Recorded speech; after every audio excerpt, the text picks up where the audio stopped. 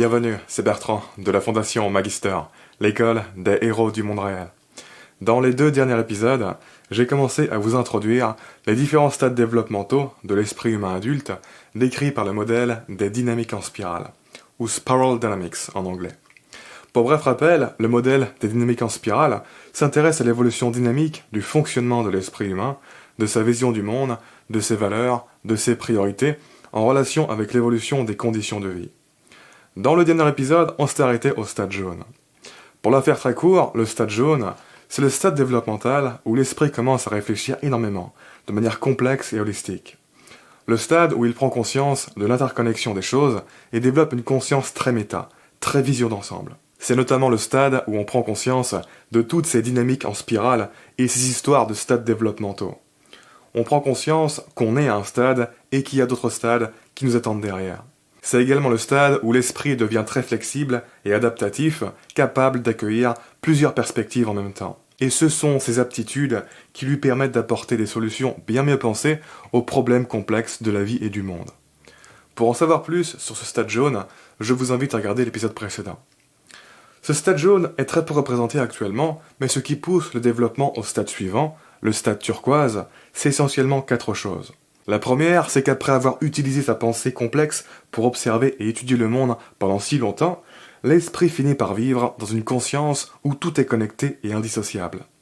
Et à partir de là, il cesse de s'identifier simplement à son corps limité. Il s'identifie à l'existence tout entière, autrement dit avec le tout. Cette identification avec le tout est la marque d'une profonde compréhension de ce que ces dynamiques en spirale signifient à propos de soi. Avant le stade turquoise, même le stade jaune ne percute pas encore vraiment ce que toutes ces dynamiques signifient à propos de soi. Avant le stade turquoise, même le stade jaune ne percute pas encore vraiment ce que toutes ces dynamiques signifient à propos de soi, et de tout ce qui fait qu'on est ce qu'on est. Avant le stade turquoise, on reste encore largement coincé dans la perspective égoïque limitée de la matrice de la perception existentielle. On ne réalise pas pourquoi on fonctionne comme on fonctionne, pourquoi on pense comme on pense, pourquoi on valorise ce qu'on valorise, pourquoi tout le monde n'est pas pareil que nous, etc. On ne réalise pas notre rôle dans le théâtre de la vie. Alors qu'au stade turquoise, l'esprit comprend profondément que quand il pense, c'est le monde qui pense. Quand il est dans le flot, il est dans le flot du monde. Il sait que quand il poursuit une inspiration, c'est le monde qui poursuit une inspiration. Et que cette inspiration est forcément dans la continuité avec son passé et avec le passé du monde. Etc., etc., etc. Absolument tout est rattaché. Il n'y a aucune séparation, aucune dualité. Tout est infiniment connecté. C'est le masque de notre perception existentielle qui nous fait croire l'inverse. Et ce masque est comme ça précisément parce que les courants de la spirale l'ont designé comme ça. L'esprit turquoise, il percute bien tout ça. Il percute que sa petite vie fait partie de la vie avec un grand V. Il percute que le théâtre de la vie est en train de se jouer précisément comme il doit se jouer depuis qu'il a commencé. Et donc l'individu turquoise percute qu'il est un personnage de ce grand théâtre. Un personnage qui ne peut être que cohérent avec la pièce qui se joue, même quand il suit son propre chemin. La deuxième chose qui pousse le développement au stade turquoise, c'est qu'après avoir été au stade jaune, dans une phase d'addiction à la nouveauté et à la complexité, une phase dans laquelle les choses simples et déjà connues l'ennuyaient profondément, eh bien, passé ça, l'esprit apprend à connaître de nouveau ce qu'il croyait déjà connaître. Il réalise qu'en fait, on ne peut jamais vraiment connaître. Il réapprend à apprécier les choses simples, car il réalise que la dualité entre les choses simples et les choses complexes est en fait une illusion. Et à partir de là, la méditation et la pleine conscience deviennent pour lui naturelles et stimulantes. Il savoure la richesse infinie de l'être et de l'instant présent.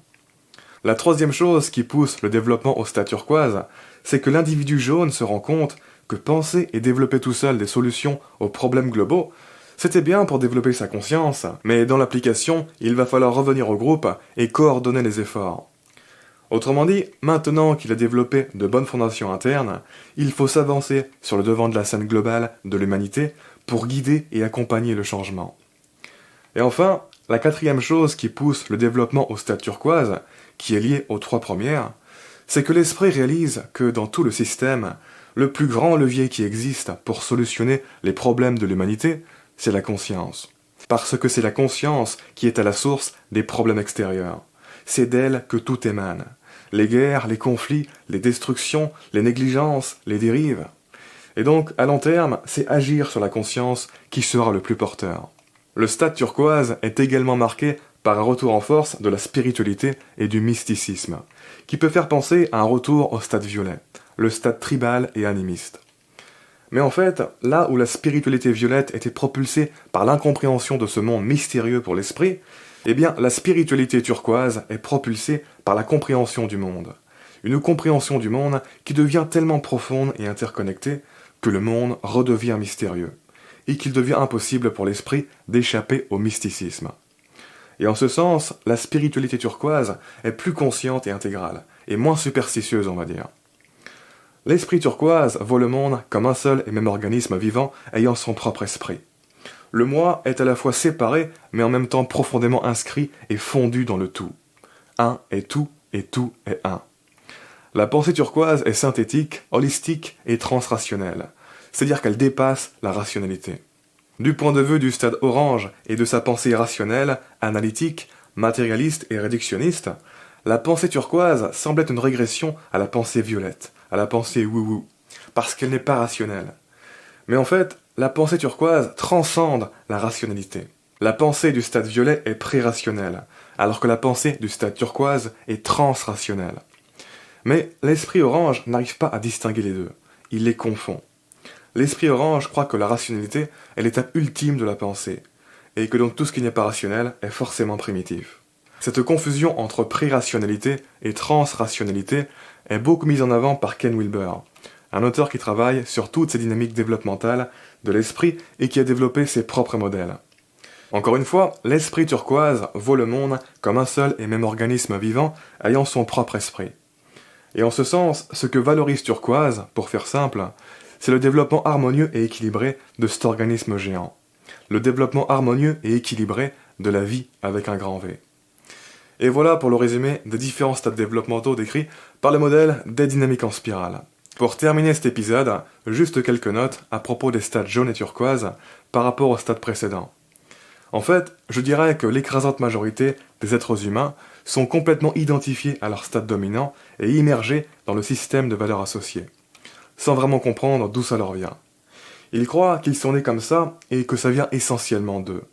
Ils croient qu'ils sont comme des îles indépendantes dans un océan. C'est vraiment au stade jaune et surtout au stade turquoise que l'on percute vraiment que tout cela, tout ce qui fait notre moi, est un produit de l'état actuel des courants de la spirale, dont les mouvements ont débuté bien avant notre naissance. On percute qu'on n'est pas des îles indépendantes dans un océan, mais des cellules d'un organisme en constante évolution. Des cellules dont la membrane est très perméable. En fait, le stade jaune, le 6e stade, il est considéré comme un nouveau commencement. Quand on arrive au stade jaune, c'est comme s'il y avait un bébé qui venait de naître dans notre esprit.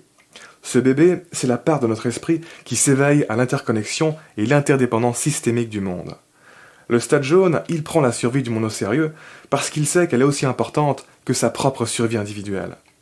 Il sait qu'individuellement, contrairement aux apparences, les choses n'ont pas vraiment de sens en elles-mêmes.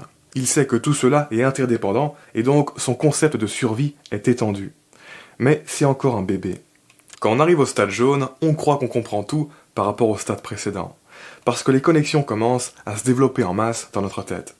Mais en fait, c'est juste les balbutiements de cette nouvelle forme de conscience et de pensée. On ne comprend encore rien, on découvre. Et c'est seulement une fois que ce bébé grandit que l'on est prêt à passer au stade turquoise. Quand on réalise qu'en fait, il n'y a pas de limite aux interconnexions. Tout est infiniment interconnecté. Le stade jaune est en ce sens un stade comparable au stade beige, le tout premier stade. Beige, c'est le bébé conscience individuelle, qui commence à gérer et se représenter sa survie individuelle. Jaune, c'est le bébé conscience du monde, qui commence à gérer et se représenter la survie du monde. Sur ce, dans les 2 prochains épisodes, on reparle de quelques notes importantes sur ce modèle des dynamiques en spirale. Et ensuite, je ferai un épisode pratique pour vous guider et vous aider à bien développer et intégrer chaque stade de manière saine. En attendant, je vous invite à vous abonner si ce n'est pas déjà fait, à partager cette vidéo et laisser un pouce bleu si vous l'avez apprécié, ça m'aide pour le référencement. Quoi qu'il en soit, je vous remercie de m'avoir écouté jusqu'au bout et je vous dis à très bientôt pour la prochaine vidéo. Ciao.